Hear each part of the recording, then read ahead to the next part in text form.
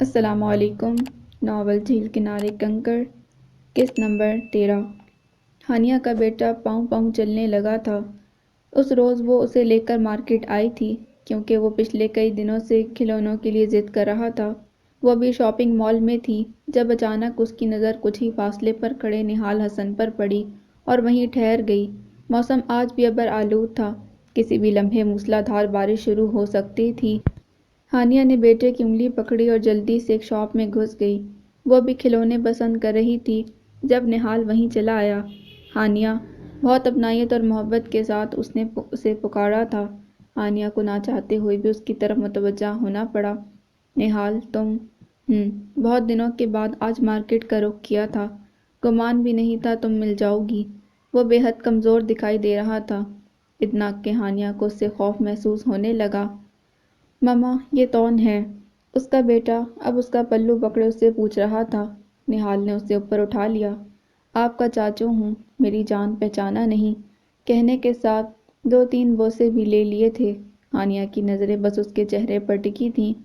کہاں چلے گئے تھے تم؟ بتاتا ہوں، چلو میرے ساتھ۔ اس کے بیٹے کو باہوں میں اٹھائے وہ شاپ سے باہر نکل گیا۔ ہانیہ ڈبڈبائی آنکھوں سے چپ چاپ اس کے پیچھے چل پڑی۔ موسم خراب ہے، لگتا ہے کسی بھی پل بارش ہو جائے گی۔ ایسے موسم میں گھر سے کم نکلا کرو ہانیہ، یہ بارشیں کبھی کسی کا ساتھ نہیں دیتیں۔ گاڑی کا دروازہ کھولتے ہوئے وہ اس سے نصیحت کرنا نہیں بھولا تھا۔ ہانیہ کے لب اب بھی چپ کے قفل میں جکڑے رہے۔ تقریباً 15 منٹ ڈرائیو کے بعد وہ اسے اپنے فلیٹ میں لے آیا تھا۔ ہانیہ نے ایک نظر فلیٹ کی حالت دار کو دیکھا اور پھر سختی سے آنکھیں میچ لیں۔ بیٹھو، یہاں میں تمہارے لیے اور چھٹکو کے لیے کولڈ ڈرنک لاتا ہوں۔ نہیں، اس کی ضرورت نہیں۔ تمہیں نہیں، چھٹکو کو ہوگی۔ وہ اب بھی مسکرا رہا تھا مگر اس کی آنکھوں میں جیسے سنسان صحرا آ بسے تھے۔ 3 گلاسوں میں کولڈ ڈرنک ڈال کر وہ اس کے مقابل آ بیٹھا تو ہانیہ پوچھے بغیر نہ رہ سکی۔ انکل اور آنٹی کیسے ہیں؟ سنا ہے سارا اور مائرہ کی شادی ہو رہی ہے۔ سارا کی شادی ہو رہی ہے مائرہ کے بھائی سے، مگر مائرہ کی فی الحال کچھ وقت کے لیے ملتوی کر دی گئی ہے۔ کیوں؟ اسے حیرانی ہوئی۔ نہال نے رخ پھیر لیا۔ اس کی طبیعت ٹھیک نہیں، ڈپریشن کے دورے پڑتے ہیں۔ شادی کا نام لو تو چیخنے لگتی ہے۔ یہ تو مکافات عمل ہے، جو جیسا عمل کرتا ہے اس کا ویسا ہی صلہ پاتا ہے۔ مجھے اندازہ تھا کہ وہ مجھے پسند نہیں کرتی، مگر مجھے یہ اندازہ نہیں تھا کہ وہ مجھ سے اتنی نفرت کرتی ہے کہ اس نے میرے اور میکال کے راستے بھی جدا کروا دیے۔ مجھے اطلاع ملی تھی تمہاری اور میکال کی ڈائیورس کی، بہت ہرٹ ہوا تھا میں، اسی لیے تمہارا سامنا بھی نہیں کر سکا۔ مجھے اب بھی یہی احساس بے چین رکھتا ہے ہانیہ کہ میں تمہاری خوشیوں کا قاتل ہوں۔ نہ میں تمہیں چاہتا، نہ تمہیں اس راز کا پتہ لگتا، نہ اس روز ہم اس ٹاپک پر بات کرتے، نہ وہ ریکارڈنگ کر کے میکال بھیا اور دیگر لوگوں کو سناتی۔ نہیں، تمہارا قصور نہیں تھا، یہ سب میرا قصور تھا جو میں کسی کو سمجھ ہی نہ سکی، وگرنہ جس طرح سے مائرہ نے میری زندگی برباد کی میں اسے کبھی یہ موقع نہ دیتی۔ غلط اعتبار کیا میں نے، وہ بھی غلط لوگوں پر۔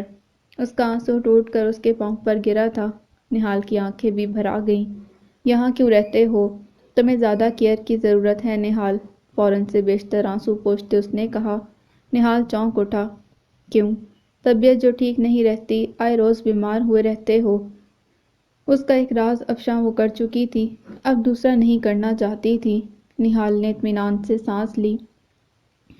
گھر پر اب کیا رکھا ہے ہانیہ؟ جو تھوڑا بہت فرصت کا ٹائم ملتا ہے وہ یہیں۔ ابھی وہ بات مکمل بھی نہ کر پایا کہ اچانک کھانسی کا دورہ پڑ گیا۔ بہت کوشش کی اس نے ہانیہ کے سامنے خود کو سنبھالنے کی، مگر سنبھال نہ سکا۔ کھانسی کا حملہ جو شروع ہوا تو پھر رکنے کا نام ہی نہ لیا، یہاں تک کہ جگر کٹ کٹ کر منہ کے بل باہر آنا شروع ہو گیا۔ ہانیہ جو پترائی نگاہوں سے اسے دیکھ رہی تھی ایک دم چیخ اٹھی۔ نہال! ہانیہ کو لگا جیسے اس کے لیے زمین آسمان ایک ہو گیا ہو۔ آنسوؤں سے بھری آنکھوں کے ساتھ وہ چیخ رہی تھی اور نہال کو سنبھالنے کی کوشش کر رہی تھی۔ اس کا بچہ بھی اس کی طرف دیکھ کر رونا شروع ہو چکا تھا۔ ہانیہ ایک طرف اسے چپ کروا رہی تھی، دوسری طرف نہال کو سنبھال رہی تھی۔ اگلے 45 منٹ میں اس کی کال پر جازب وہاں موجود تھا۔ وہ رات ہانیہ صفدر کے لیے جیسے قیامت کی رات تھی۔ جاذب نے کرنل حسن صاحب کو بھی کال کر کے بلا لیا تھا۔ انہیں جیسے ہی بیٹے کی بیماری کے بارے میں پتہ چلا، گویا زمین ان کے پیروں تلے سے گھسک گئی۔ جھکے ہوئے کندھے جیسے ایک دم سے ٹوٹ گئے تھے۔ نہال جب تک ہوش میں رہا، ان کے آنسو وقفے وقفے سے موتیوں کی طرح گرتے رہے۔ انہی کے اصرار پر جاذب انہیں نہال کے ڈاکٹر کے پاس لے آیا اور ڈاکٹر انہیں بتا رہا تھا، مجھے افسوس کے ساتھ یہ کہنا پڑ رہا ہے مسٹر حسن کہ آپ کے بیٹے کے پاس زیادہ دن نہیں، اسی لیے آپ ہر ممکن طور اسے پریشانیوں سے دور رکھیں۔ اگر وہ ہنسی خوشی جیے گا تو ہو سکتا ہے 6 ماہ یا 1 سال تک زندہ رہ سکے، وگرنہ موت کا خواب تو کسی بھی وقت اسے اپنے پنجوں میں جکڑ سکتا ہے۔ لفظ نہیں تھے، برچھیاں تھیں جو حسن صاحب کو اپنے سینے پر اترتی محسوس ہو رہی تھیں۔ وہ جہاں کے تہاں بیٹھے رہ گئے۔ ڈاکٹر صاحب، کیا آپ بتا سکتے ہیں نہال کے ساتھ کیا ہوا ہے؟ جاذب نے ہمت کر کے پوچھا تھا۔ ڈاکٹر نے حیرانی سے ان کی طرف دیکھا۔ کیا مسٹر نہال نے آپ کو نہیں بتایا کہ انہیں کیا بیماری ہے؟ نہیں۔ دکھ کی شدت سے نڈھال وہ صرف سر ہلا سکا تھا۔ اوہ، مسٹر نہال جگر کے کینسر میں مبتلا ہیں۔ پچھلے 2 سال سے ان کا علاج چل رہا ہے، مگر بیماری اب آخری سٹیج پر پہنچ چکی ہے، لہٰذا ہم چاہتے ہوئے بھی ان کے لیے کچھ نہیں کر سکتے۔ ٹوٹے ہوئے کندھوں پر پھر آسمان آ گرا تھا۔ حسن صاحب میں ہلنے کی بھی سکت نہ رہی۔ ادھر نہال ہوش میں آیا تو ہانیہ اس کے قریب بیٹھی چپ چاپ رو رہی تھی۔ ہانیہ! اس پر نظر پڑتے ہی اس نے پکار لیا تھا۔ ہانیہ کا دل چاہا وہ بلک بلک کر روئے۔ نہال، نہال مجھ پر ایک احسان کرو۔ ہانیہ! پلیز نہال، مجھ سے وعدہ کرو تم میری خواہش پوری کرو گے۔ وہ بچوں کی طرح مچل رہی تھی۔ نہال نے اپنی نظریں اس کے چہرے پر ٹکا دیں۔ کیسی خواہش؟ پہلے تم وعدہ کرو کہ پوری کرو گے۔ ٹھیک ہے، کروں گا پوری، اب بتاؤ۔ اس کی آنکھیں اب دمک رہی تھیں۔ ہانیہ نے جلدی سے آنسو پوچھ لیے۔ پکا؟ پکا۔ اب مکرنا نہیں۔ نہیں مکروں گا بابا، تم بتاؤ تو صحیح۔ بتا دوں گی مگر ابھی نہیں۔ وہ ایک دم سے ہلکی پھلکی دکھائی دے رہی تھی۔ نہال اسے دیکھ کر رہ گیا۔ کب سدھرو گی تم ہانیہ؟ اب تو سدھرنا ہی ہے نہال، نہ بھی سدھری تو دنیا والے سدھار دیں گے، بھرائے لہجے میں کہتے اس کی آنکھیں پانیوں سے بھر گئیں۔ نہال نے اذیت سے آنکھیں بند کر لی۔ اگلے روز حسن صاحب اسے گھر لے آئے تھے۔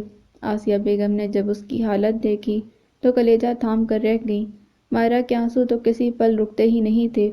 سارہ بھی اپنے محبوب بھائی کے حال پر بات بے بات رو پڑتی تھی۔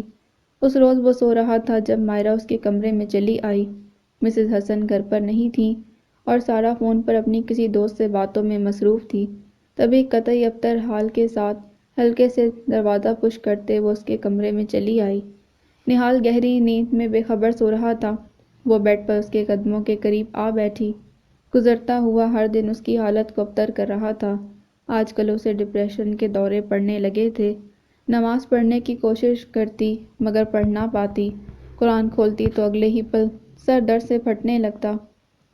اپنے بال نوچ ڈالتی، سب سے بلا وجہ لڑتی پھرتی۔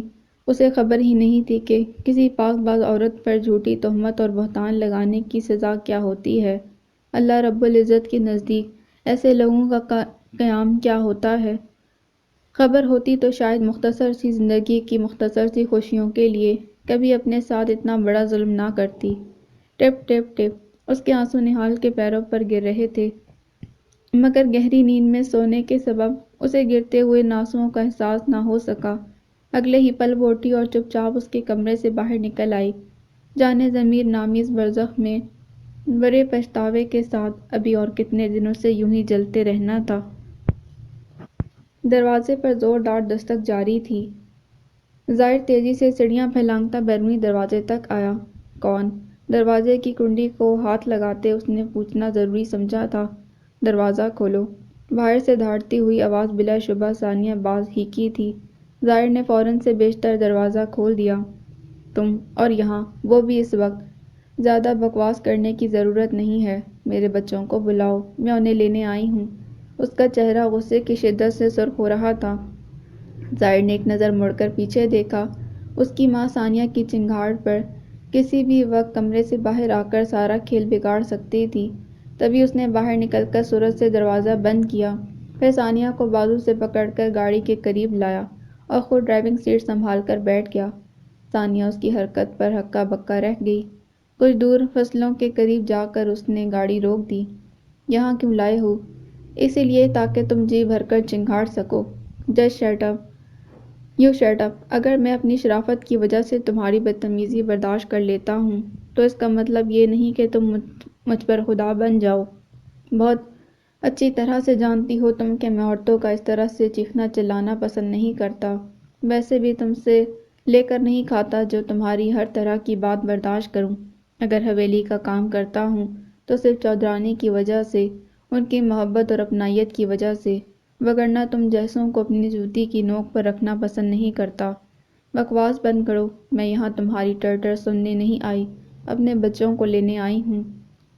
تمہارے بچے میرے پاس نہیں ہیں، اس لیے اب تم یہاں سے جا سکتی ہو۔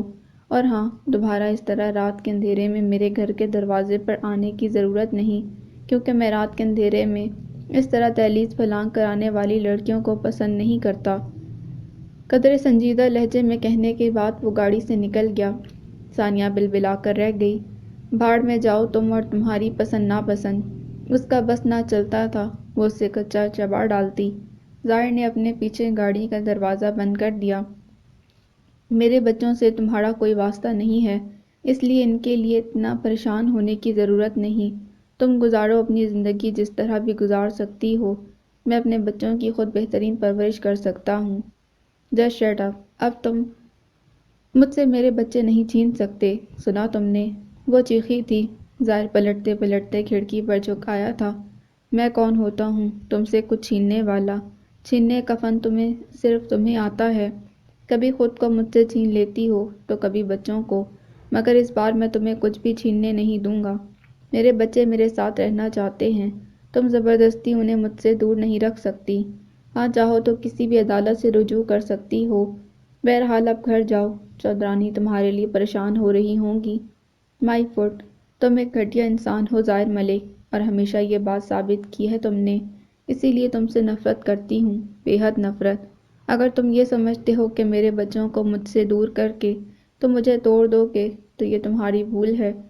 ضروری نہیں کہ ہر بار تم ہی فاتح ٹھہرو۔ رکھو اپنے بچوں کو اپنے پاس۔ ثانیہ باس اتنی عام لڑکی نہیں جتنی تم نے اسے سمجھ لیا ہے۔ لہو رنگ آنکھوں میں تیرتے غصے کی سرخی غضب کی تھی۔ پھر اس سے پہلے کہ ظاہر کچھ کہتا، وہ تیزی سے گاڑی بھگا کر لے گئی۔ ظاہر گھر واپس پلٹا تو سائرہ سیڑھیوں پر بیٹھی اس کا انتظار کر رہی تھی۔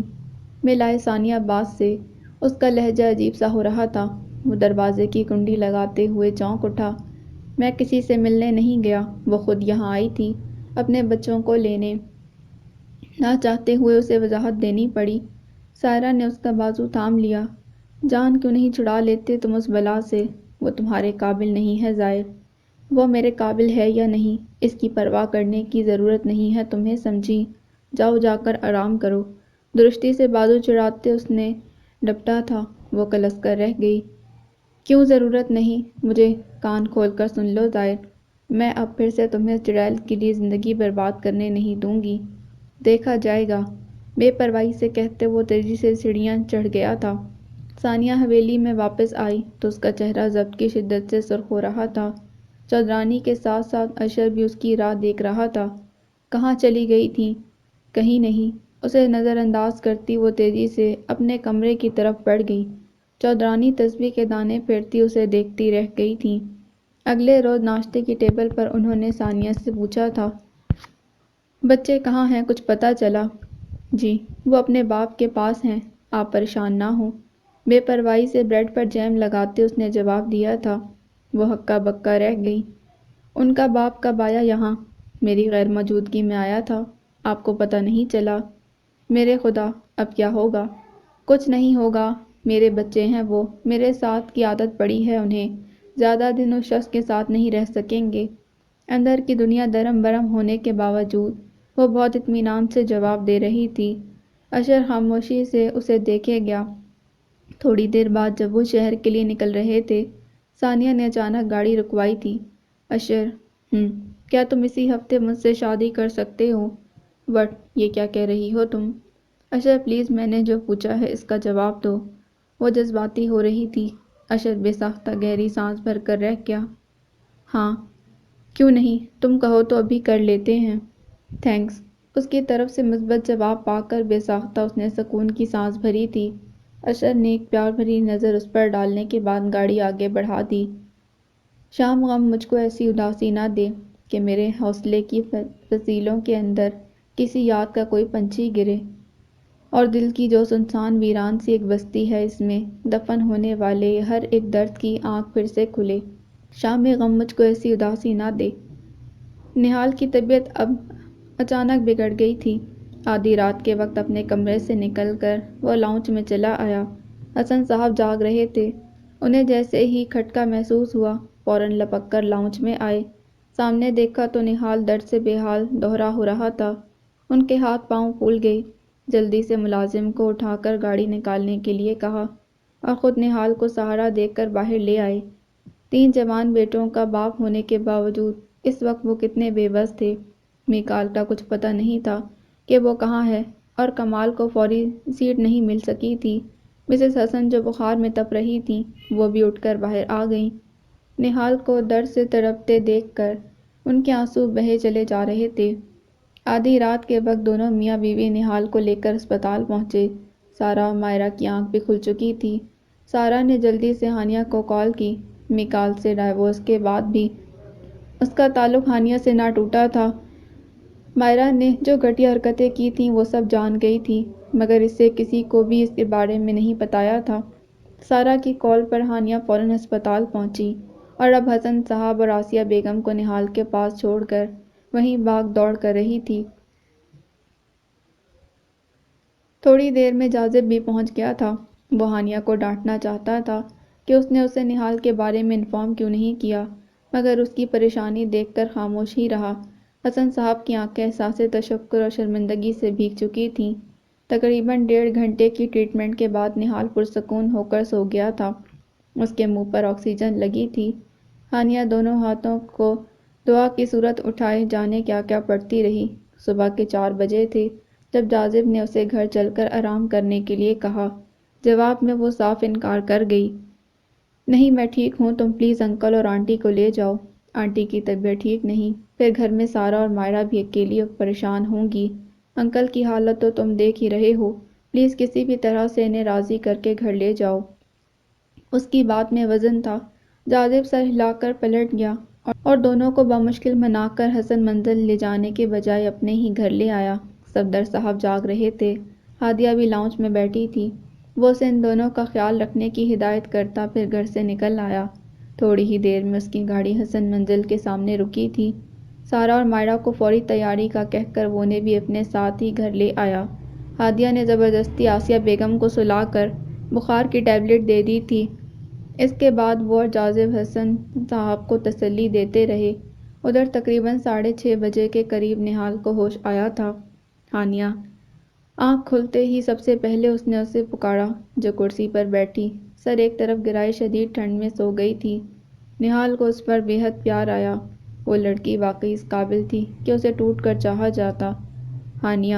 ایک مرتبہ پھر اس نے اسے پکارا اور اس بار وہ فوراً بیدار ہو گئی۔ نہال، اب کیسی طبیعت ہے تمہاری؟ کچی نیند سے جاگی آنکھوں میں سرخی نمایاں تھی۔ نہال نے اس بات میں سر ہلا دیا۔ اب ٹھیک ہے، تم یہاں کیا کر رہی ہو؟ تمہاری نگرانی۔ اس کے پاس بیٹھے وہ مسکرائی تھی۔ نہال بھی مسکرا دیا۔ کس بات کی نگرانی؟ کہیں تمہیں سوتے پا کر راہ عدم کا مسافر نہ بن جاؤں۔ Just shut up, okay? وہ اسے تنگ کر رہا تھا اور وہ تنگ ہو گئی تھی۔ نہال کو معذرت کرنی پڑی۔ اس کا چہرہ زرد پڑ رہا تھا۔ Okay, sorry. فوراً جنگلی بلی نہ بن جایا کرو۔ نہال، تمہیں یاد ہے تم نے مجھ سے وعدہ کیا تھا میری خواہش پوری کرنے کا؟ فوراً ہی وہ نارمل ہو گئی۔ نہال نے پھر اس بات میں سر ہلا دیا۔ یاد ہے، بولو، پکی بات ہے نہ پوری کرو گے؟ تمہیں کوئی شک ہے؟ ایسی کون سی فرمائش ہے جس کے لیے تم اتنی پوزیسو ہو رہی ہو؟ اب کہ وہ مشکوک ہو رہا تھا، ہانیہ نے اس کا ہاتھ تھام لیا۔ مجھ سے شادی کرو گے نہال؟ واٹ؟ اسے جیسے جھٹکا لگا۔ مجھ سے شادی کر لو پلیز۔ دونوں ہاتھوں میں اس کا ہاتھ لے کر اس نے بمشکل اپنے آنسو چھپائے تھے۔ نہال نے فوراً ہاتھ کھینچ لیا۔ تم پاگل تو نہیں ہو گئی ہانیہ؟ اس کا دل اس لمحے بہت تیزی سے دھڑکا تھا۔ کیوں؟ اس میں پاگل پن کی کیا بات ہے؟ ہم بچپن کے دوست ہیں، تم مجھ سے پیار کرتے ہو، مجھے طلاق ہوئے 1 سال ہو چکا ہے، پھر کیا مسئلہ ہے؟ تم اچھی طرح جانتی ہو کیا مسئلہ ہے۔ جانتی ہوں تبھی کہہ رہی ہوں، پلیز نہال پلیز۔ نہیں ہانیہ، میں اپنی خوشی کے لیے تمہاری زندگی سولی پر نہیں لٹکا سکتا۔ ویسے بھی میکال بھیا نے جو گھٹیا الزام میری اور تمہاری ذات پر لگایا ہے، میں اسے کبھی سچ ثابت نہیں ہونے دوں گا۔ بھاڑ میں جائے میکال اور اس کی سوچ، تم مجھ سے صرف میری بات کرو۔ تمہاری بات کروں، تب بھی اس خواہش میں سوائے حماقت اور ہمدردی کے کچھ نہیں۔ مجھے کوئی ہمدردی نہیں تم سے، بس میں چاہتی ہوں ہمیشہ تمہارا نام میرے نام کے ساتھ جڑا رہے۔ پلیز نہال، تم وعدہ کر کے مجھے مایوس مت کرو پلیز۔ ہانیہ، میں چند دن کا مہمان ہوں، کچھ نہیں پتا کب زندگی کا چراغ گل ہو جائے۔ تھوڑے سے دنوں کے لیے میں کیوں تمہیں کڑی آزمائش میں ڈال دوں؟ میری زندگی کی کیا گارنٹی ہے؟ ہو سکتا ہے میں تم سے پہلے مر جاؤں۔ اس کا لہجہ بھیگ گیا تھا۔ تم پاگل ہو گئی ہو اور کچھ نہیں۔ نہال نے بے ساختہ نگاہیں چرائی تھیں۔ پاگل ہی سہی، تمہارے لیے تو ہر حال میں اچھی ہوں نا۔ وہ رو رہی تھی۔ نہال ڈسٹرب ہو کر رہ گیا۔ وہ کبھی بھی اس کی آنکھوں میں آنسو نہیں دیکھ سکتا تھا، مگر اس کی فرمائش پوری کرنا بھی اتنا آسان نہیں تھا۔ تبھی اس نے چپ سادھ لی تھی، مگر ہانیہ چپ سادھنے والی نہیں تھی۔ اس نے جاذب، ہادیہ، فاریہ سب کو اپنی خواہش سے مطلع کر دیا۔ تبھی نہال کی طرح سبھی اس کی خواہش پر بھونچ کر رہ گئے تھے، مگر اسے کسی کی پرواہ نہیں تھی۔ تقریباً 1 ماہ کے بعد اس کی ضد پر نہال نے اس کے ساتھ نکاح کر لیا تھا۔ میکال اس دوران 2 بار حسن منزل آیا، مگر دونوں بار حسن صاحب نے اس کی کوئی بھی بات سنے بغیر اسے گھر سے نکلوا دیا۔ وہ چاہتا تو انہیں مائرہ کی سازش کے بارے میں بتا سکتا تھا، مگر وہ اس کے لیے بالکل سگی بہنوں کی طرح تھی۔ تبھی اس نے اسے سب کی نظروں سے گرانا مناسب نہیں سمجھا۔ سارہ کی شادی بھی نہال کے ساتھ ہی ہو گئی تھی۔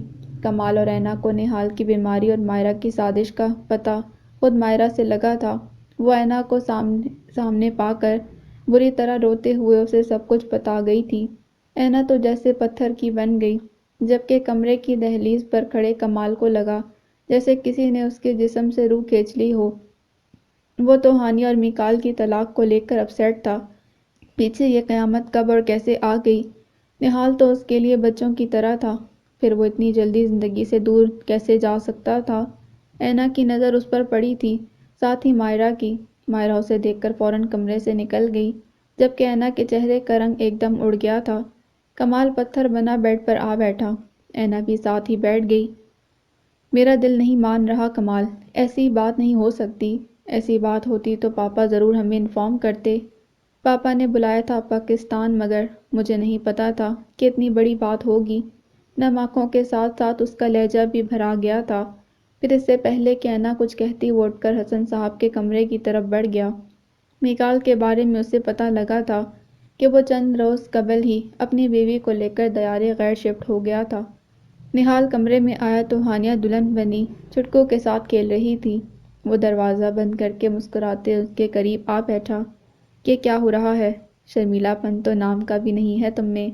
لو، اب تم سے کیا شرمانا، بچپن کے دوست ہو میرے، کوئی 1,80,50,000 بار منہ دیکھ چکے ہو، پھر اب وہی منہ چھپا کر کیا جیب خالی کروانی تمہاری؟ اس کا انداز ایسا تھا کہ وہ مسکرائے بغیر نہ رہ سکا۔ چٹکو بھی بہت خوش تھا۔ سجے سنورے روپ میں ہانیہ اس کا ایمان لوٹ رہی تھی اور اس کے سامنے بیٹھا اسے پیار بھری نگاہوں سے دیکھتا رہا۔ اگلی صبح وہ بے حد فریش تھا۔ ہانیہ اس کا ایسے خیال رکھ رہی تھی جیسے وہ کوئی کانچ کا کھلونا ہو۔ چٹکو کے لیے بھی وہی سب کچھ بن گیا تھا۔ اگلے 1 ہفتے میں اس کی صحت دیکھنے لائق تھی۔ درد کی شدت میں بھی حیرت انگیز طور پر کمی آ گئی تھی۔ ہانیہ اسے اپنے ہاتھوں سے ناشتہ کرواتی، دوپہر اور شام کا کھانا کھلاتی، اس کے کپڑے پریس کرتی، اس کے سر میں تیل کی مالش کرتی۔ جب تک کمرے میں ہوتی کوئی نہ کوئی شگفتہ بات کر کے اسے ہنساتی رہتی۔ جواب میں نہال نے بھی اس کو اتنی عزت اور محبت دی کہ بار بار اس کی آنکھیں بھیگ جاتیں۔ دونوں ہر روز شام کے بعد سیر و تفریح کے لیے نکل جاتے۔ اکثر مسٹر اینڈ مسز حسن بھی ان کے ہمراہ ہوتے۔ کمال اور اینا کی کمپنی بھی مل جاتی۔ نہال کو خوش دیکھ کر ہی مائرہ نے شادی کے لیے حامی بھری تھی اور بالآخر اسے سادگی سے رخصت کر دیا گیا۔ مسٹر اینڈ مسز حسن ہانیہ کے لیے بہت مشکور تھے اس کے ننھے فرشتے نے گھر میں رونق بکھیر دی تھی۔ نہال کو لگا جیسے وہ اسی کا بیٹا ہو، جس طرح وہ اس کے ساتھ اٹیچ تھا، اسے پیار کرتا تھا۔ اسے وہ میکال کا بیٹا لگتا ہی نہیں تھا۔ تتلی کی طرح سارے گھر میں دوڑتا پھرتا، وہ سب کے دلوں کی دھڑکن بن گیا تھا۔ نہال کو اگر 2 منٹ بھی وہ نظر نہ آتا تو اس کا دل گھبرانے لگتا۔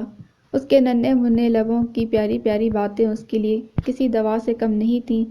میکال کے بارے میں مسز حسن نے بتایا کہ وہ اپنی بیوی کے ساتھ پیرس چلا گیا تھا۔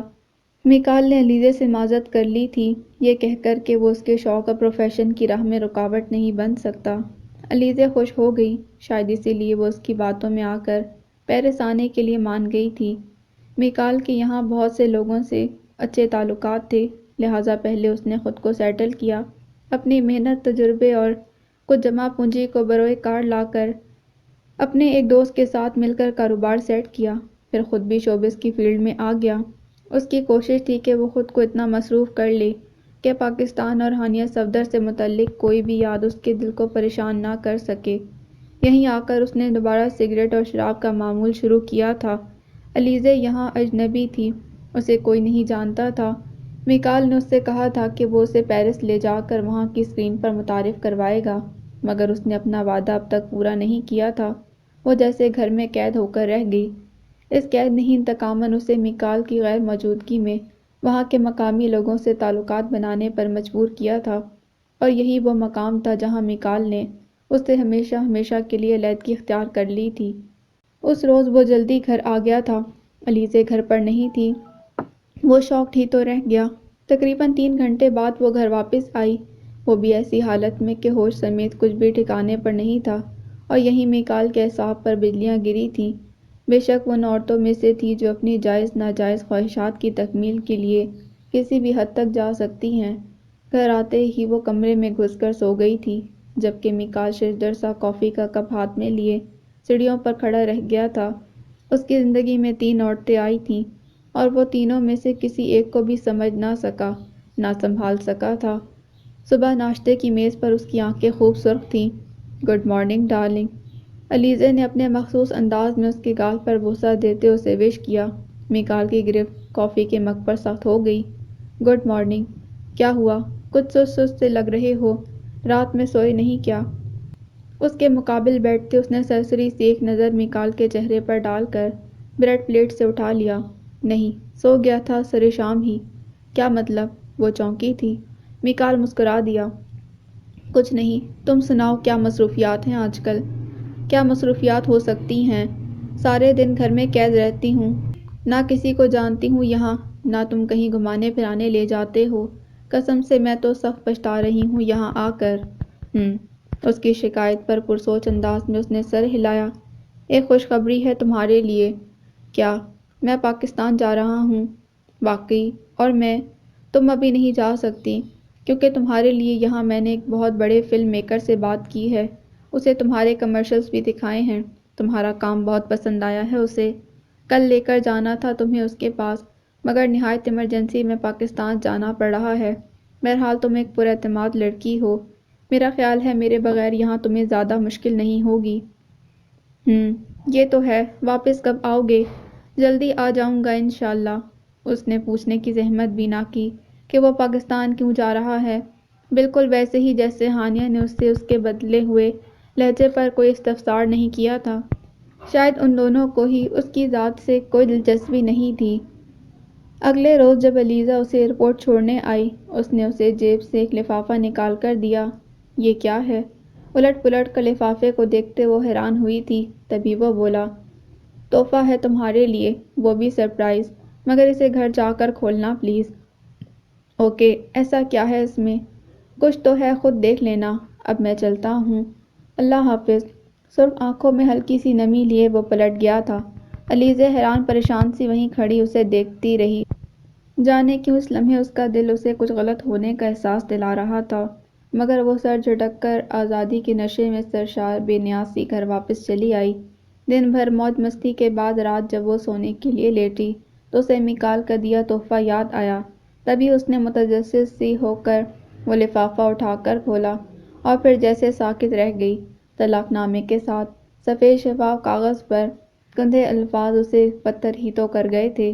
لکھا تھا، میں جانتا ہوں اس وقت تمہارے لیے اس سے بڑھ کر اور کوئی تحفہ نہیں ہو سکتا، اور میں یہ بھی جانتا ہوں کہ تم جیسی خودسر لڑکیوں کی موز اور خواہشات پانی کے ریلے کی طرح ہوتی ہیں جن پر کبھی بند نہیں باندھا جا سکتا۔ اسی لیے میں نے تمہیں چپ چاپ چھوڑنے کا فیصلہ کیا ہے۔ یہ فیصلہ میں نے پاکستان میں ہی کر لیا تھا، مگر میں تمہیں پاکستان میں آزاد کرنا نہیں چاہتا تھا۔ تمہاری وجہ سے میں نے اپنے گھر والوں کو کھویا ہے، اپنی ہانیہ کو کھویا ہے، اس ہانیہ کو جو اب بھی لہو بن کر میری رگوں میں، جسم اور جان میں دوڑتی ہے۔ بہت اذیت ناک ہوتا ہے کھو دینے کا یہ احساس، مگر تم احساس سے واقف نہیں، کیونکہ تمہاری مجھ سے وابستگی تمہاری محبت نہیں، مجبوری تھی۔ تمہارا قصور نہیں ہے، شاید میرے ہاتھوں کی لکیروں میں ہی کسی عورت کی محبت اور وفا نہیں۔ بہرحال بے وفائی کی سزا بھی تو ہونی چاہیے نا۔ وہ عورت جو میری غیرت کو جوتے کی نوک پر رکھ کر میری موت کا پلان بنا رہی تھی، اسی عورت کو میں ساری عمر کی تنہائی سونپ آیا ہوں۔ تمہارا ویزا اور پاسپورٹ میں نے جلا دیا ہے، اب تمہیں وہیں رہنا ہے، اپنی من پسند دنیا میں، وہ دنیا جو پردے کی حرمت اور اہمیت سے ناواقف ہے، وہ دنیا جہاں حیا کے انمول زیور کی کوئی قدر نہیں۔ تم اپنی سب سے قیمتی متاع تو گنوا چکی ہو الیزے، پھر میں تم پر ترس کھاؤں بھی تو کیوں کر؟ بے وفائی کی سزا تو ملنی چاہیے، پھر چاہے وہ میکال حسن ہو یا الیزا، کیا فرق پڑتا ہے نا؟ الفاظ ختم ہو چکے تھے، مگر الیزا کو لگا جیسے ان الفاظ کے ساتھ ہی اس کی بینائی بھی ختم ہو چکی ہو۔ وہ محل جہاں اس وقت وہ بیٹھی تھی محل نہیں تھا، کنواں تھا، وہ کنواں جو اس نے خود اپنے ہاتھوں سے اپنے ڈوبنے کے لیے کھودا تھا۔ لمحے شریر بچے کی طرح آگے دوڑتے جا رہے تھے، اور وہ ساکت بیٹھی نیچے دھستی جا رہی تھی۔ نہال کو سمندر بے حد پسند تھا۔ ہانیہ روز ضد کر کے اسے ساحل سمندر پر لے آتی۔ اس روز بھی خوب ٹھنڈی ہوا چل رہی تھی، وہ ضد کر کے اسے ساحل سمندر پر لے آئی۔ نہال ٹراؤزر کی پاکٹس میں ہاتھ پھنسائے بڑی دیر تک اداس کھڑا سمندر کی بپھری ہوئی موجوں کو دیکھتا رہا۔ تم نے میرے ساتھ بڑا ظلم کیا ہے ہانیہ، اس کے پہلو میں کھڑی وہ بھی سمندر کی شوریدہ لہروں کو بڑی محویت سے دیکھ رہی تھی۔ جب نہال نے کہا، وہ چونک اٹھی۔ کیسا ظلم؟ مگر نہال نے جیسے اس کا سوال سنا ہی نہیں، اس کی نظریں ہنوز سمندر کی وسعتوں پر تھیں۔ بہت سکون سے مر رہا تھا میں، کہیں کوئی زنجیر نہیں تھی پاؤں میں، مگر اب سچ کہہ رہا ہوں ہانیہ، میرا مرنے کو دل نہیں چاہ رہا، دل لگ گیا ہے زندگی سے، تمہارے لیے، مما کے لیے، چھٹکو کے لیے، میں تم سب کے لیے جینا چاہتا ہوں۔ اس کی آنکھوں کے گوشے نم تھے، ہانیہ کا دل جیسے کسی نے مٹھی میں لے لیا۔ تمہیں ایسا کیوں لگتا ہے نہال کہ تم نہیں جی سکو گے؟ تمہیں معجزات پر یقین نہیں ہوگا، مگر مجھے ہے، مجھے اپنے رب کی رحمت پر اور اپنی پرخلوص دعاؤں پر یقین ہے۔ ڈاکٹرز کوئی خدا نہیں کہ ان کے کہنے سے تم مر جاؤ گے، تم جیو گے نہال۔ میں مانگوں گی اللہ سے تمہاری زندگی، تم دیکھ لینا، کچھ بھی نہیں ہوگا، یوں ہی دیکھتے دیکھتے دن گزر جائیں گے، اور ایک روز ہمارا چھٹکو تمہارے قد سے بھی بڑا ہوگا، پھر ہم اس کی شادی کریں گے، اس کی بیوی آئے گی، ہماری خدمت کرے گی، اور ہم دونوں اپنے کمرے میں بیٹھ کر اس کی چغلیاں کیا کریں گے۔ وہ اسے بہلا رہی تھی۔ نہال قریبی پتھر پر بیٹھ گیا، اس کی آنکھوں سے ٹپ ٹپ آنسو بہہ رہے تھے۔ کاش مجھ سے میری ساری دولت کوئی لے لے، مگر بدلے میں مجھے اتنی زندگی دے دے کہ میں تمہارے ساتھ وہ دن دیکھ سکوں ہانیہ۔ نچلا ہونٹ دانتوں میں دبائے وہ اپنے آنسو پینے کی کوشش کر رہا تھا، جب ہانیہ نے کٹتے دل کے ساتھ اس کا ہاتھ تھام لیا۔ تمہیں کچھ نہیں ہوگا نہال، دیکھ لینا تم، پلیز موت کے بارے میں سوچنا چھوڑ دو۔ یہاں دنیا میں کتنے ایسے لوگ ہیں جو معجزانہ طور پر موت کے منہ سے نکل کر زندگی کی طرف واپس پلٹ آتے ہیں، تم بھی پلٹ آؤ گے، دیکھ لینا۔ برائے لہجے میں کہتی، جانے وہ اسے تسلی دے رہی تھی یا خود کو؟ نہال خاموش بیٹھا روتا رہا۔ میں اکثر سوچتا ہوں ہانیہ، مائرہ نے ہمارے ساتھ ایسا کیوں کیا؟ شاید وہ بھی مجھ سے ایسی ہی محبت کرتی ہو جیسی میں تم سے کرتا ہوں، یا پھر جیسی تم میکال بھیا سے کرتی ہو، ہے نا؟ نہیں، میں صرف تم سے محبت کرتی ہوں نہال، صرف تم سے۔ تڑپ کر اس کا ہاتھ تھامتے اس نے کلیئر کیا تھا۔ نہال نے جیسے سنا ہی نہیں۔ تمہیں پتہ ہے ہانیہ، میں نے مائرہ کو معاف کر دیا ہے، تم بھی اسے معاف کر دینا پلیز۔ نم نم سی آنکھوں سے ہانیہ کو دیکھتے اس نے کہا تھا۔ ہانیہ ہونٹوں پر ہاتھ رکھ کر بامشکل اپنی سسکیاں روکنے کی کوشش کرتی رہی۔ وہ شام بے حد اداس تھی۔ اس شام نہال بہت دیر تک سمندر کنارے بیٹھا چپ چاپ روتا رہا تھا۔ رات بھی دیر تک بارش ہوتی رہی اور وہ ایک پل کے لیے بھی نہیں سو سکا۔ نہال، ہانیہ خود بھی جاگ رہی تھی۔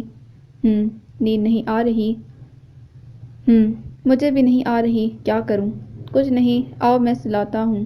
فوراً سے بیشتر اس کی طرف کروٹ لیے اس نے ہانیہ کو اپنے ساتھ چھپا لیا تھا، اور پھر اس کے بعد نیند کب اور کیسے آئی ہانیہ کو پتہ نہ چلا۔ اس رات پہلی بار وہ بہت سکون سے سوئی تھی، تبھی صبح فجر کی نماز بھی نہ پڑھ سکی۔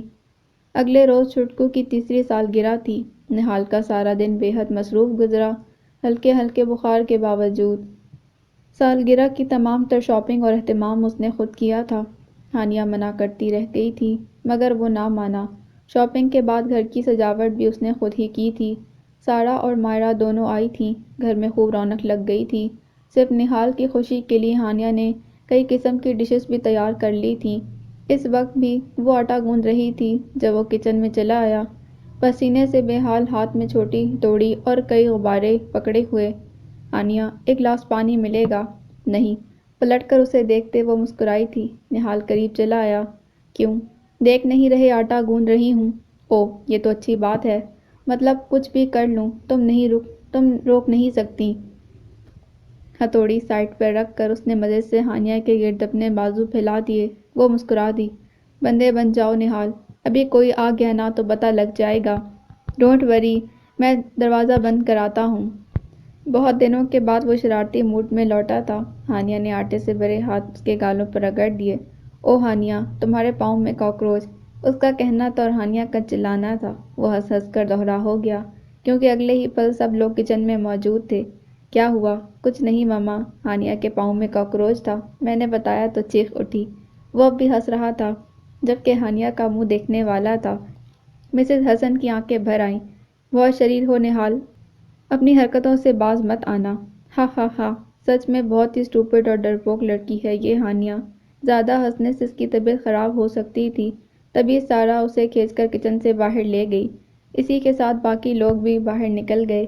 ہانیہ کو لگا جیسے اب وہ کبھی کوئی کام نہیں کر سکے گی۔ اس رات نہال کی آنکھ کھلی تو ہانیہ کمرے میں نہیں تھی۔ اسٹڈی روم کا 0 بلب جل رہا تھا اور وہ وہیں جائے نماز پر بیٹھی رو رو کر بحال ہو رہی تھی۔ یہ صرف اس دن کی بات نہیں تھی، مسز حسن اور ہانیہ کا روز کا معمول تھا۔ روز دونوں تہجد کے وقت اٹھتی تھیں اور پھر صبح فجر تک رب العزت کے حضور رو رو کر نہال کی زندگی اور صحت کے لیے دعا کرتیں، مگر نہال کو خبر نہیں تھی جتنی شدت سے ہانیہ رو رہی تھی اس کا دل پھٹ رہا تھا، مگر وہ بے بس تھا، اس کی زندگی اس کے اختیار میں نہیں تھی۔ دیوار سے ٹیک لگائے وہ خود بھی بے آواز روتا رہا۔ اگلے ہفتے حسن صاحب کے اصرار پر ان کا مری کا پروگرام بن گیا تھا۔ مری میں ہوتی سنو فال نہال کو بے حد پسند تھی۔ اکثر وہ اپنے دوستوں کے ساتھ اسی موسم میں وہاں آتا تھا۔ ہانیہ سارے سفر میں اس کی گود میں سر رکھے مزے سے سوتی رہی، جبکہ چھٹکو نے بول بول کر اس کا سر کھا لیا تھا۔ بات بات پر جب وہ نہال کا منہ چومتا اسے بے حد اچھا لگتا۔ نہال نے ہانیہ کے ساتھ اسے بھی مری کا چپا چپا گھما ڈالا۔ برف کے گولے بنا بنا کر وہ ان دونوں پر پھینکتا اور ہانیہ اس پر۔ نہال کی سنگت میں وہ دن اس نے بے حد انجوائے کیے تھے۔ گو قدم قدم پر اسے نہال کی طبیعت بگڑنے کا اندیشہ رہا، مگر وہ تو یوں چاقو چوبند تھا جیسے زندگی میں کبھی بیمار پڑا ہی نہ ہو۔ پورے ایک ہفتے بعد وہ مری سے واپس لوٹے۔ سردیاں ہانیہ کے لیے ہمیشہ وبال جان رہی تھیں، مگر اس بار اس نے سردیوں کو بے حد انجوائے کیا۔ نہال اس کے ساتھ مل کر کچن میں سارے کام کرواتا تھا۔ وہ تھک جاتی تو اس کا سر اور کندھے دباتا۔ ان دونوں کے درمیان کبھی میکال کو لے کر کوئی بات نہیں ہوئی۔ وہ شاپنگ اور ہوٹلنگ کا دلدادہ تھا۔ ہانیہ اس کی فضول خرچی سے تنگ تھی، تاہم نہال کی ہمراہی میں گزرے 5 ماہ میں اس نے جانا تھا کہ زندگی کتنی خوبصورت ہے۔ اس روز اس کی سالگرہ تھی۔ ہانیہ کی خوشی دیکھنے سے تعلق رکھتی تھی، تاہم نہال دیر تک پڑا سوتا رہا۔ ہانیہ نے 2-3 بار کمرے میں آ کر اسے آواز دی، مگر وہ ٹس سے مس نہ ہوا تو مجبوراً اسے پانی کی بوتل نکال کر اس پر انڈیلنی پڑی۔ تبھی مجبوراً اسے آنکھیں کھولنی پڑیں۔ اٹھ جائیں جناب، صبح کے 11 بج گئے ہیں۔ تو یہ کہ آج آپ کی سالگرہ ہے، اٹھ کر تیاری کریں۔ میری سالگرہ اور میں ہی تیاری کروں؟ تکیہ دوہرا کر کے کوہنی کے نیچے سیٹ کرتے اس نے ہانیہ کو دیکھا تھا۔ وہ مسکرا دی۔ نہیں، آپ کیوں کریں گے تیاری، میں ہوں نا۔ خیر ہے، آج بڑا آپ کر رہی ہو۔ تمہاری سالگرہ ہے نا، اب سال میں کم از کم ایک دن احترام تو تمہارا حق بنتا ہے۔ چلو اٹھو، شاباش، بات لو۔ دوپہر ڈھلتے ہی مہمان آنا شروع ہو جائیں گے، اوپر سے موسم بھی خوب برساتی ہو رہا ہے۔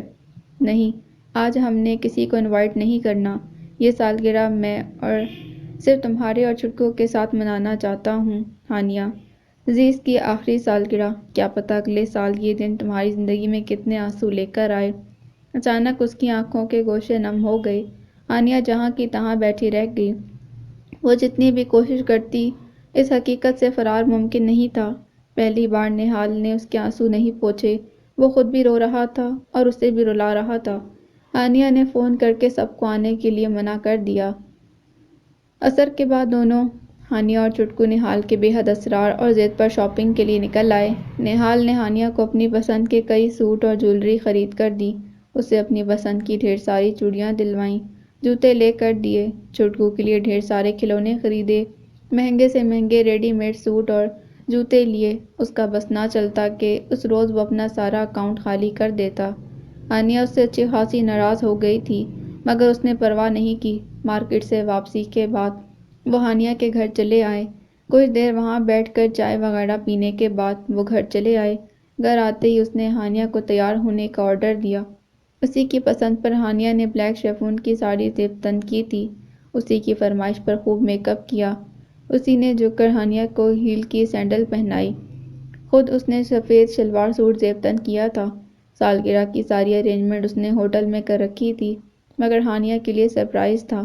چھٹکو کو آسیہ بیگم کے سپرد کر کے وہ ہانیہ کو ہوٹل لے آیا۔ ریسیپشن پر مختصر بات چیت کے بعد جب اس نے مطلوبہ کمرے کے سامنے پہنچ کر اس کا لاک کھولا اور پھر ہانیہ نے پہلا قدم دھرا، ان دونوں پر ڈھیر سارے پھولوں کی برسات ہوئی تھی۔ ہانیہ کمرے کی سجاوٹ دیکھ کر دنگ رہ گئی۔ باہر بارش کا سلسلہ پھر سے جاری ہو گیا، یوں لگتا تھا جیسے آج کے بعد بارش کو کبھی برسنا ہی نہیں۔ کمرے کے وسط میں چھوٹی سی میز پر ایک نہایت خوبصورت کیک مختلف تازہ پھولوں اور کینڈلز کے ساتھ اچھی طرح سجا کر رکھا گیا تھا۔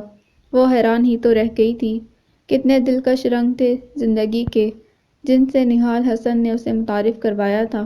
اسے یاد تھا بچپن میں اگر کبھی کسی کے ساتھ اس کی لڑائی ہو جاتی تو جب تک نہال اس کا بدلہ نہ لے لیتا چین سے نہیں بیٹھتا تھا۔ کبھی پھولے سے بخار چڑھ جاتا تو اس کی جان پر بن جاتی تھی۔ اس کی شدتوں سے وہ بخوبی واقف تھی۔ اس کی تالیوں کی گونج میں نہال نے کیک کاٹا تھا۔ بے شک ہانیہ کے لیے وہ ایک طلسمی رات تھی۔ باہر برستی بارش میں مزید شدت آ گئی تھی۔ نہال ہانیہ کو ساتھ لیے گلاس ونڈو کے قریب کھڑا تھا۔ پتہ نہیں کیوں مگر مجھے ایسا لگتا ہے جیسے بارش کا میرے ساتھ بہت گہرا رشتہ ہے۔ جس رات میں پیدا ہوا اس رات ماما بتاتی ہیں کہ بہت بارش ہوئی تھی۔ جس روز میری تم سے دوستی ہوئی اس روز بھی بہت بارش نے سارے علاقے کو بھگو رکھا تھا۔ جس روز تمہاری شادی ہوئی اس رات بھی بہت بارش ہوئی تھی، میرے اندر بھی اور باہر بھی۔ جس روز مجھے اپنی بیماری کا پتہ چلا اس روز بھی 2 دن سے بارش ہو رہی تھی، اور آج بھی دیکھ لو کتنی بارش ہو رہی ہے۔ وہ خود کو جتنا خوش ظاہر کر رہا تھا اندر سے اتنا ہی اداس تھا۔ ہانیہ کا دل کٹ کر رہ گیا۔ بارشوں کی تاریخ سے کون واقف ہے؟ مگر پھر بھی نہال، کون ہوگا دنیا میں جس کا بارش کے ساتھ کوئی تعلق نہیں ہوگا، جسے بارش اچھی نہیں لگتی ہوگی؟ وہ شعر نہیں سنا تم نے؟ بارش کی بنیاد میں جانے کس کے اتنے آنسو ہیں، صدیوں پہلے شاید کوئی صدیوں بیٹھ کے رویا ہے۔ سنا ہے، اور ہمیشہ مجھے اس شعر نے گہری سوچ عطا کی ہے۔ رات کافی ہو گئی ہے نہال، اب سو جاؤ۔ ہانیہ کی نظر اچانک وال کلاک پر پڑی تھی۔ نہال بدستور گلاس ونڈو کے پاس کھڑا رہا۔ بارش میں مجھے نیند نہیں آتی ہانیہ، بالکل بھی نہیں۔ جھوٹ، مجھ سے ناراضگی کے دنوں میں تو تم سکون سے سوتے تھے۔ کہاں سوتا تھا سکون سے پاگل، صرف تمہیں شو کرواتا تھا۔ اوہو، آج پتہ چلا تم کتنے بڑے چیٹر ہو۔ ہلکا سا مکہ نہال کے بازو پر رسید کرتے وہ مسکرائی تھی۔ نہال بھی مسکرا دیا۔ ایک بات پوچھوں ہانیہ؟ پوچھو، مارو گی تو نہیں؟ نہیں۔ ہانیہ کی آنکھیں نیند سے بوجھل ہو رہی تھیں۔ وہ سڑک کے اس پار دیکھتا رہا۔ جس روز تمہیں میری بیماری کے بارے میں پتہ چلا کیا فیلنگز تھی تمہاری؟ پتہ نہیں نہال، فیلنگز تو دھڑکتے دل والوں کی ہوتی ہیں، میرا تو دل ہی رک گیا تھا۔ مجھے لگا میں بھری دنیا میں بالکل اکیلی رہ گئی ہوں، کوئی بھی نہیں ہے میرے پاس، میرا وجود جیسے ہوا میں معلق ہو کر رہ گیا ہو۔ اور جس روز تمہیں پتہ چلا کہ میں سچ مچ دنیا میں نہیں رہا، اس روز وہ اس کے ضبط کا امتحان لے رہا تھا۔ ہانیہ کے حلق میں غم کی شدت سے کانٹے اگ آئے، آنسوؤں کا ریلا جو جاری ہوا تھا پھر بہتا ہی چلا گیا۔ نہال نے ایک نظر اس کی طرف دیکھا، پھر کھینچ کر قریب کر لیا۔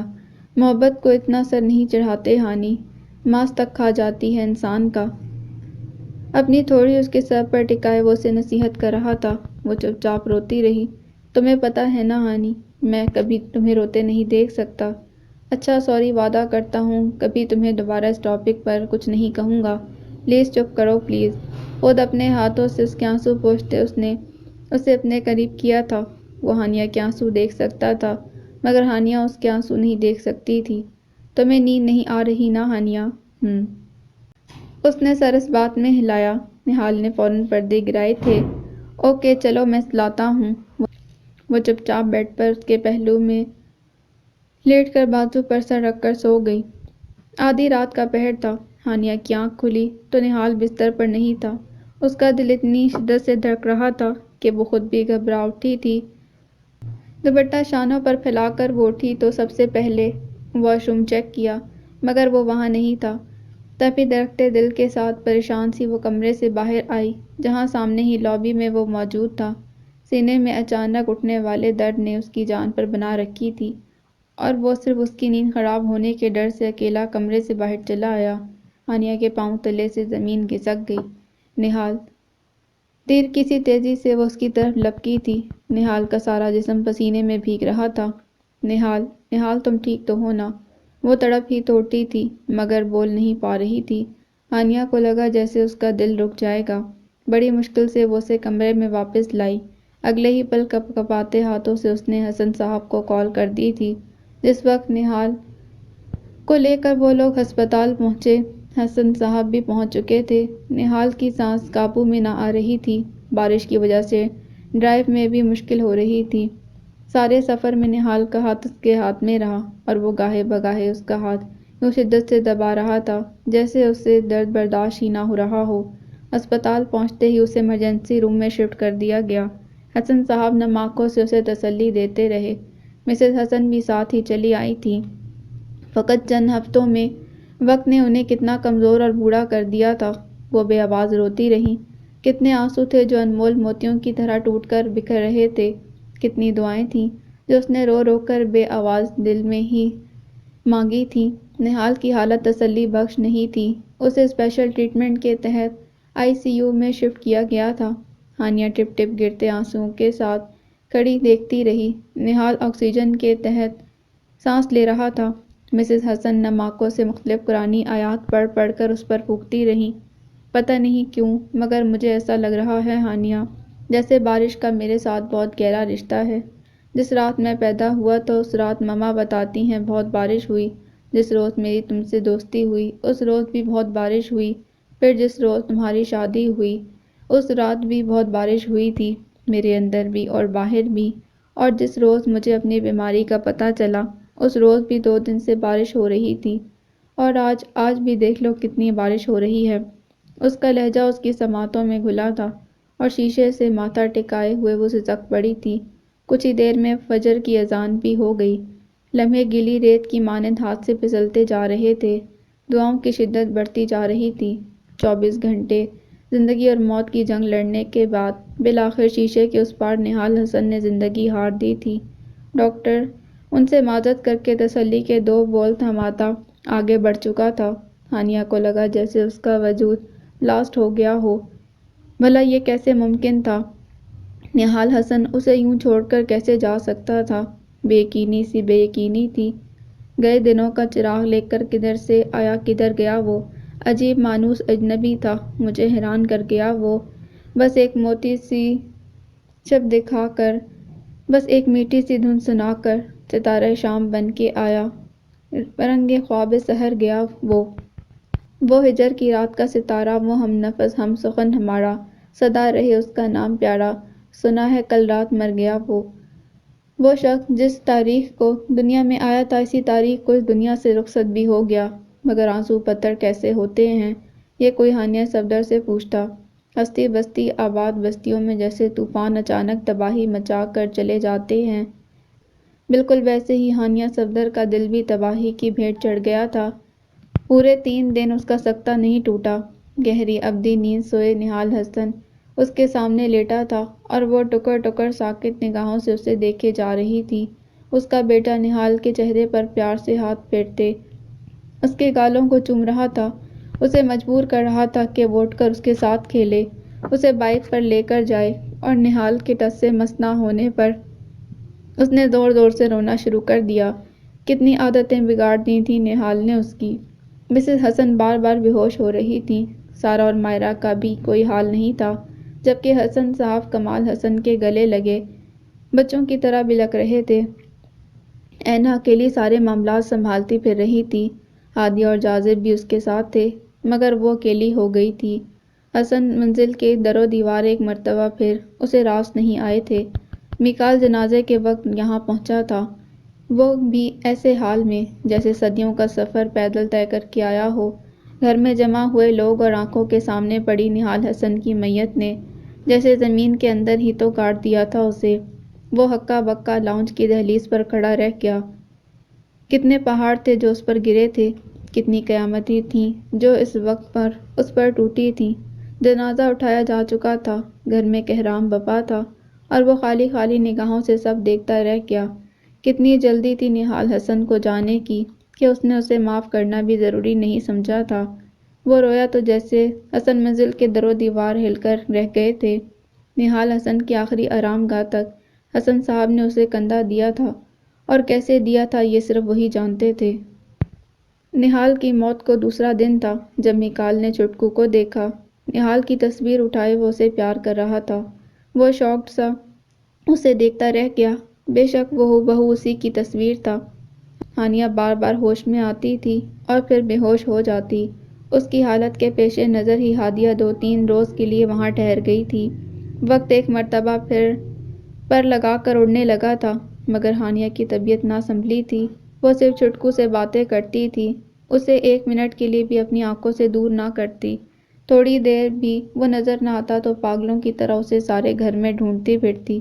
میکال جب جب اسے دیکھتا ڈسٹرب ہو کر رہ جاتا۔ ایک عجیب سا کفل تھا جو ہانیہ صفدر کے لبوں پر لگ چکا تھا۔ کبھی لان کی دھوپ میں اکیلی بیٹھی آپ ہی آپ مسکرائے جاتی، اور کبھی چاندنی رات میں بالکنی میں کھڑی بنا کسی بات کے ہی رو پڑتی۔ میکال کی وجہ سے اس نے کمرے سے نکلنا تقریباً چھوڑ دیا تھا۔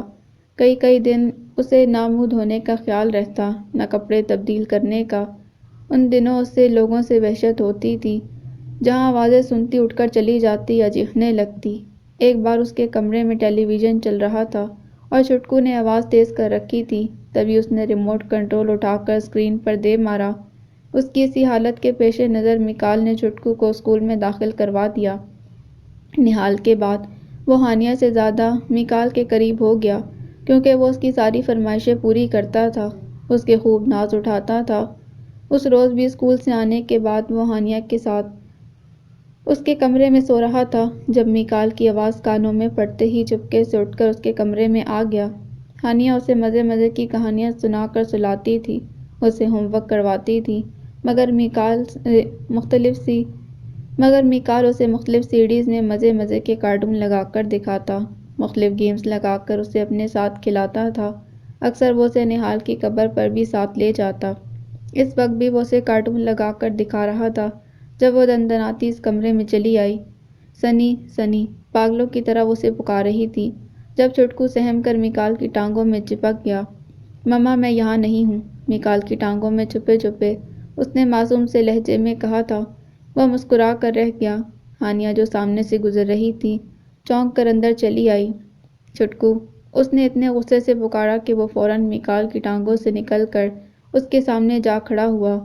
سوری مما، سوری کے بچے، ایک دفعہ کی کہی بات سمجھ نہیں آتی تمہیں؟ کیوں آئے ہو یہاں؟ میکال کے سامنے ہی 2 تھپڑ اس نے چھٹکو کے گال پر دے مارے تھے، تبھی وہ تڑپا تھا۔ اپنی حد میں رہو ہانیہ صفدر، مت بھولو یہ میرا بھی بیٹا ہے۔ Just shut up. چھٹکو کا بازو کھینچتے اس نے حقارت سے اسے جھٹکا تھا۔ بعد میں اس گھر کے سبھی مکینوں کے ساتھ اس کا رویہ بہت تلخ ہو گیا، کیونکہ ان سب نے میکال کو معاف کر دیا تھا۔ اس رات وہ چٹکو کے لیے دودھ لینے کچن میں آئی۔ جب کچن سے نکلتے میکال حسن کے ساتھ اس کا ٹکراؤ ہو گیا۔ وہ پانی لینے آیا تھا اور اس کے وہم و گمان میں بھی نہیں تھا کہ وہ ہانیہ سے ٹکرا جائے گا۔ سوری، سرسری سی نظر ڈالتے وہ اس کی سائڈ سے نکل گیا تھا۔ ہانیہ تنفر سے سر جھٹک کر رہ گئی۔ کچھ روز پھر خاموشی کی نظر ہو گئے۔ اس کی عدت ختم ہونے میں بھی کچھ دن باقی تھے اور اس نے سوچ لیا تھا عدت ختم ہونے کے بعد وہ وہاں ایک پل کے لیے بھی نہیں رہے گی۔ حسن صاحب اور مسز حسن کی خواہش تھی کہ ہانیہ اور میکال پھر سے مل جائیں، مگر ہانیہ کے رویے اور حالات کے پیش نظر ان کے لیے اپنی خواہش کو زبان دینا مشکل لگ رہا تھا۔ ادھر صفدر صاحب کے علاج کے لیے جازب انہیں انگلینڈ لے کر گیا تو پھر وہیں مستقل قیام کا فیصلہ کر لیا۔ ہانیہ نے انہیں روکنا مناسب نہ سمجھا تھا۔ حسن منزل میں اترتی ویرانیوں اور مسز حسن کی حالت کے پیش نظر حسن صاحب نے بھی پاکستان سے کوچ کا فیصلہ کر لیا تھا۔ میکال بزنس سمیٹ رہا تھا، جبکہ کمال اور اینا پچھلے ہفتے ہی واپس جا چکے تھے۔ حسن صاحب نے ہانیہ سے بھی بات کی تھی اور اسے سمجھانے کی کوشش کی، مگر وہ کسی صورت پاکستان سے جانا نہیں چاہتی تھی، لہٰذا اس نے انہیں صاف انکار کر دیا۔ وہ مشکل عدت کے دن پورے کر کے وہ چٹکو کے ساتھ اپنے آبائی گھر چلی آئی تھی، جس پر میکال پیچ و تاب کھا کر رہ گیا۔ حسن صاحب اور ان کی فیملی کے انگلینڈ شفٹ ہونے کے بعد ایک روز وہ پلان کے تحت اس کے بیٹے کو اسکول سے ساتھ لے گیا اور بعد میں کال کے ذریعے ہانیہ کو مطلع کر دیا کہ جس طرح وہ اپنے بیٹے کے بغیر زندہ نہیں رہ سکتی، اسی طرح وہ بھی اپنے بیٹے کے بغیر زندہ نہیں رہ سکتا، لہٰذا اسی لیے وہ اسے اپنے پاس لے جا رہا ہے تاکہ اس کی بہترین پرورش کر سکے۔ اس نے ہانیہ پر چوٹ کی تھی اور وہ اس کے بیٹے کو کچھ نہیں دے سکتی سوائے محرومیوں کے، لہٰذا اس کے لیے یہی کافی ہے کہ وہ نہال کی یادوں کو سینے سے لگا کر جیتی رہے۔ ہانیہ کے وہم و گمان میں بھی نہیں تھا کہ وہ اس کے ساتھ اتنا برا سلوک بھی کر سکتا ہے۔ تبھی وہ چیخ چیخ کر روئی تھی، مگر وہاں اس کے آنسو دیکھنے والا کون تھا؟ فاریہ کو ساری بات کا پتہ چلا تو وہ بھاگ آئی تھی۔ بعد میں اسی نے اس کے لیے ایک کل وقتی ملازمہ اور بہترین جاب کا بندوبست کیا۔ یہی نہیں بلکہ ہانیہ کی تنہائی دور کرنے کے لیے اس نے اپنی بیٹی بھی اس کو دے دی تھی۔ انہی دنوں اسے صفدر صاحب کی رحلت کی خبر ملی۔ وہ تقریباً 2 ماہ انگلینڈ رہ کر آئی تھی۔ مسٹر اینڈ مسز رحیم بھی اکثر و بیشتر ملنے آتے رہتے تھے۔ ہانیہ نے یہی سنا تھا کہ میکال اس کے بیٹے کو لے کر اپنی بیوی کے ساتھ فرانس جا بسا تھا، اسی لیے رفتہ رفتہ وہ اس غم سے نکل آئی تھی، مگر نہال کے ساتھ ساتھ یہ غم بھی پھانس بن کر اس کے دل میں چبھ گیا تھا۔ گو اس نے رشتوں سے صبر کرنا سیکھ لیا تھا، مگر پھر بھی دل تھا کہ بھری دنیا میں کہیں نہیں لگتا تھا۔